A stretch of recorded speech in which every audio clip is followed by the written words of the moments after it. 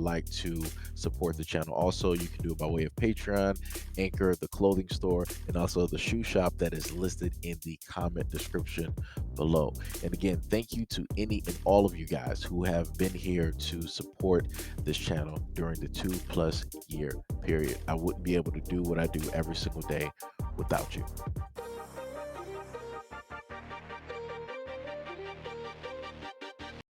Folks, you need to check this out. We just sent our kids to bed. This Jurassic World was still playing, and we came across this. You were trying to tell me something before. What? Earlier, in the list, before the Nothosaurus went all crazy. It seems super important. It was. The truth is, Sammy, I've fallen for you. Lord have mercy. Like, hard. Real hard. Jurassic World, you know? Jurassic World. Since when did this happen in Jurassic World? I thought it was about dinosaurs. Dinosaurs, guys. I don't even know when. Oh my gosh. Look at this. Look at this. Jurassic World, guys. Protect the kids. Protect your kids. Sometimes you have to watch what they watch. Watch what they watch, guys. This is crazy, guys. This is Jurassic World, you know. Jurassic World. And we sent our kids to bed just before this happened. We didn't even know this was going to happen. This is crazy. This is crazy, guys. Guys, watch what your kids are watching. Be careful. It's everywhere now. So I'm going to make this very short, simple, and sweet. All too long, I've stated before how parents need to be more mindful. They need to pay attention. They need to watch their kids. They need to watch what their kids are watching. I gave a real life example. Back when I was growing up, whenever I watched a cartoon or maybe I was watching the Power Rangers, my mom would take an interest in the exact same show. If I just so happened to be listening to something, my mom would also take an interest in that so that she could break down and understand if there were any messages or anything that may go past me, but not go past an observant adult. You have a father here.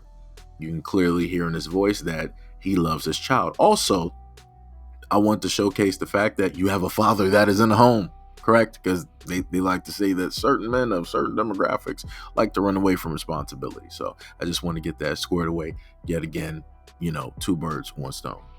So you heard the father, and he also showcased the footage. So it wasn't made up. It wasn't as if somebody's like theatrics and all this other type of stuff, hysterics, just trying to make a big something about nothing. But no, this is a big something, because you have to ask yourself, why is it that they would want to place something like this directly into the front view of children? Why not just have the kids focus directly on dinosaurs? Because again, that's what it's about. It's a show about dinosaurs, at least from what I'm gathering when the father is specifically talking about it. What does this have any bearing on the storyline dealing with dinosaurs? Something that's millions upon millions upon millions of years. Do you think that the dinosaurs are going to care about somebody's relationship? No. So obviously the relationship has no correlation with the dinosaurs. So that means that the correlation with the relationship has to do with the viewer. It's not going to move anything in this. I promise you, the relationship here is not going to move anything in the story to an important point where it was like, yes, this relationship was so pivotal that it just really, it moved mountains and planets when it had to do with the story. Great storytelling, 10 out of 10. No, it's not. It has nothing to do with it. Because again, let's say if it deals with a life-saving situation where one of the two girls that you saw that are quote-unquote in a relationship, right, that somebody was hanging from a tree or a cliff, right? So then girl number one decides to reach out her arm and basically pull girl number two up. Now, are we going to say that that had anything to do with the relationship? No, that's a human being looking out and caring for another human being and doing any and everything that they can in order to save said human being. Again, it has nothing to do with the relationship. Let's go to another situation. What if it comes to a campfire, right? And it's nighttime and, and everybody is eating, but there's not enough food for everybody. And girl number one looks at girl number two and was like, hey, I noticed that you don't have a lot of food on your plate. Hey, let me sit up there and share some of my food with you. Are we going to say that that has something to do with the relationship that we saw being cultivated or just put directly out there? No, we're not. That's another human being looking out for another human being. Let's go to another extent where girl number 1 and 2 were just out walking, and girl number 2 ended up getting wet or drenched by some dinosaur slime or whatever it is. And girl number 1 is like, hey, I saw that your clothes are kind of messed up. I have some extra clothes. You can basically, have those because your clothes right here are messed up. Are we going to correlate that to the relationship? Or are we going to say that that's another human being looking out and caring for another human being? All 3 situations had zero to do with any relationship, but it had to do with another human being caring for another human being and wanting the best for them.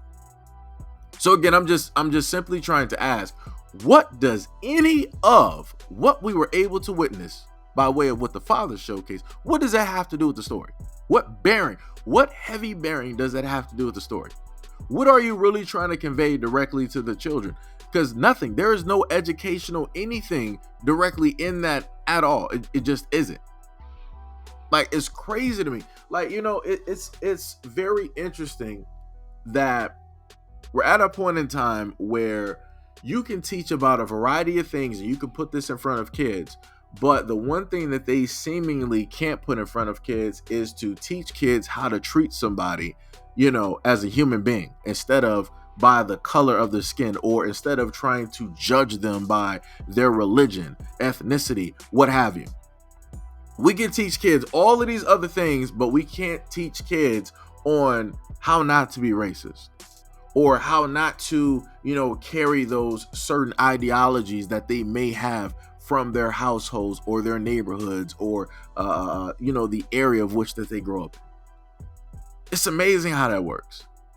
So as every single day goes by, you got more and more kids directly out here opting to want to make fun of somebody because, or treat somebody negatively because of their skin complexion, because of them. Let's say a young girl's wearing a hijab, right? Or because a young man is Muslim, right? Or what have you. Like, it's crazy to me. It's crazy to me. And then we still have stories still to this day where you got, black kids who are being made fun of because of their hair, their hairstyle, or you got teachers taking out their hair, putting their hands directly on somebody else's child, trying to basically state that hairstyle is not okay. So we're going to undo it and make it okay. It's crazy. Like I said, it wasn't that long ago that we had to get the Crown Act passed just so that black people could wear their natural hair in a natural way, of which is culture for black Americans here. Culture for black Americans here. Just so that they will be able to get hired and be able to work. Because for whatever reason, you have a lot of jobs out here that are like, oh no, that's not acceptable for the workplace. We can't have these funny type of hairstyles. You have to have these strict base, hairstyles, and it's crazy because you're going by a European standard, right?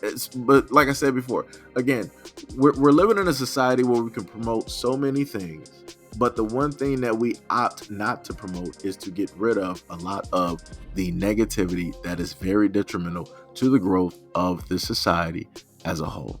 But yeah, we could promote everything else though. And this is something that I complained about in the last live action Power Ranger movie.